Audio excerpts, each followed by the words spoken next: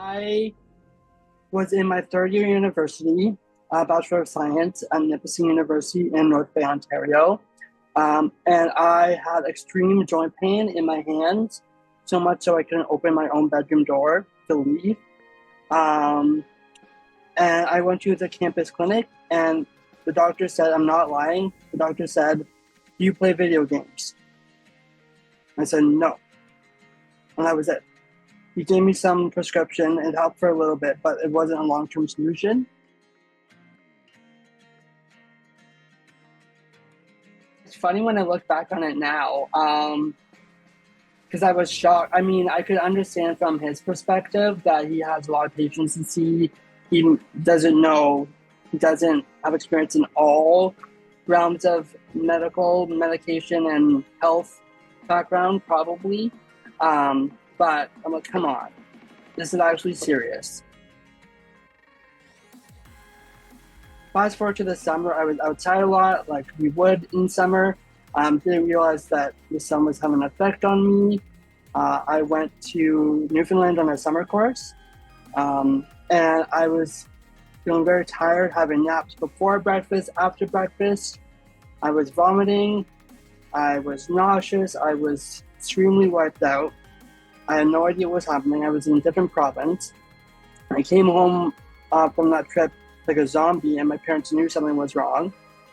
And then that fall in 2014, 2014, I saw all the specialists you can think of, as what's per usual for lupus patients: cardiologist, neurologist, hematologist, nephrologist. And looking back on it, it was extremely fast for a normal lupus diagnosis, I thought. But at the time, it was like, why? When is this going to end? When am I going to get that? Figure out what's wrong with me. And it was one of those times when you were happy to get a diagnosis. You know, you got lupus. Yes, thank you. You know what it is. But like I said, most patients have years and years of figuring this out. Mine was in the span of a couple months, maybe 3 months. And then unfortunately though, that fall, September 12th, was actually my parents' anniversary. And they, shout out to my parents, they actually postponed their camping trip to take care of me on their anniversary. And I had to drop out of my last year of university semester, fall semester. So when you were asking what that stage in my life, that's what my stage in my life was. So that was a little bit stressful, not participating in my last final year of university. But with coordination with Accessibility Office, my parents, we were able to get me back in that winter semester, and I was able to take a 5th year and graduate the year after. I will add, if you don't mind, a bit more about my journey up to this point. I did have a flare that was unchecked, and I suffered a massive stroke, on October 2nd, 2017. So that is the biggest point in my life right now that I've been dealing with. The lupus is a little bit more figured out on this end, so it's been a decade. But learning to live with limitations and cognitive limitations, that's been the biggest struggle so far. When I was first diagnosed in early stages, most of what I heard were women in my community having it. I think I don't know any men, personally, with lupus. I only know women. And with the journey, it became very difficult because I want to participate in things. I want to be in that community. Going on the Walk for Lupus, I went to the Berry one a long time ago. It was all women-led. There were some men there, of course, but I feel like lupus in general there's men that are involved in the community, with the caveat that they know a women figure who is affected by. There's not many men that I have seen or have heard of that are living with lupus and speak out about it. And I think as men, we're taught or we're preconditioned to not talk about our emotions. And I'll answer your mental health question you had. We're not free. We're not gonna like tell everyone a story in that way. And I will also end with that question saying that also what I've noticed with my journey is with the Walks for Lupus and the fundraisers and the campaigns, I find that they're generally catered to women. For example, not all women wear fancy jewelry with diamonds and butterflies. Not all men don't.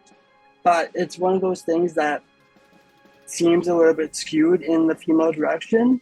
I love butterflies. I'm going to get a tattoo of one eventually. But what I mean is it's not going to allow men to feel safe in that space. Maybe. Maybe it will, maybe it won't. But I think we need to think about the gateway and opening these conversations up to more men. There comes a sense of not trusting our own bodies and living in fear of what if this happens? What if I'm just walking down the street and this happens? What if I just got a headache right now? What is happening? Do I have to go see all my doctors again? So it's this kind of like shadow, actually my doctors refer to it as a rumbling. With respect to my levels, my blood levels. But it comes with this mental and emotional piece where I'm always on the lookout for my toe to do something and my thumb to do something. And like you said, it's hard to live when you're in constant lookout for something to go wrong. And that's a very negative way of thinking of things, but it's how it is. And as a mental piece and the stroke, I was actually graduated university, and then the stroke happened a few months after, and I did come to a time where I did feel very mentally unwell, where I did need to see counseling. It is really hard to communicate what you're feeling with other people, especially loved ones, because they won't get it. They won't get it. And it's one of those things where you wish people can experience it, but you also don't because you love them. Like I want you to really see what I'm talking about, but also I love you. I don't want you to suffer. And that's been difficult. That's been the most difficult thing, especially when I don't know if you are familiar with the spoon theory. That's where I go by. I use that a lot, and when I talk to my partner or my parents about I have no spoons left, they've been decent about it. I think they've been very supportive about it, and they've even used the terms themselves, which is great. And let me take my naps, and that's, especially during Christmas time, that's great support. But having said that, it's really hard to give the energy when they need the energy, especially as an introvert myself, and with the stroke that comes in at a piece of brain fatigue and stroke fatigue. So that's been challenging as well.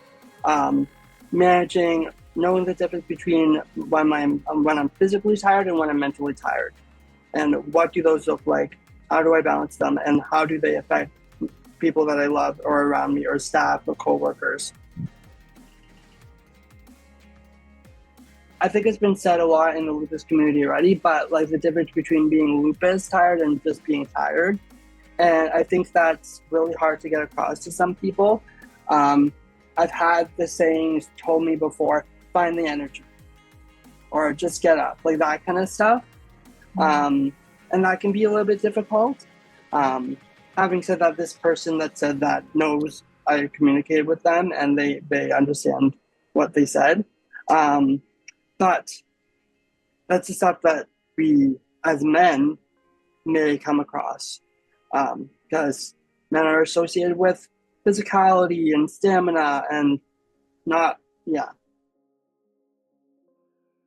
I think, I mean, it's easier said than done, but just to put yourself out there and start small.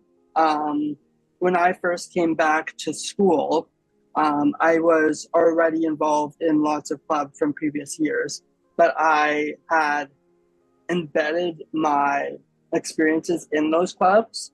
And they were so supportive that they did mini lupus fundraisers for my clubs in support of me coming back. For example, is for the Biology Society, we had multiple bake sales for Lupus Canada. And then for the dance club, I was in dance club, the proceeds went to Lupus Canada. So find ways to like share your passion, because your passion is your health, with those around you. Because that's basically what it is. Your passion is your health, because that's what it's all been about, and self-advocating. And Lupus Canada and Lupus Ontario have great websites and great resources to brochures that they can send you to spread and show loved ones and families. Say your passion is your health, but you also like basketball. Find a basketball intramural group and weave in your personal story within your basketball community, and you have no idea where it's going to spread. If you like scrapbooking, if you like nature walks, which I do, yeah, you never know where it's going to go. But if for men, if you like NASCARs, stereotypically, not saying all men like NASCAR, but find your thing that starts that fire and lights that match or whatever, and go with it.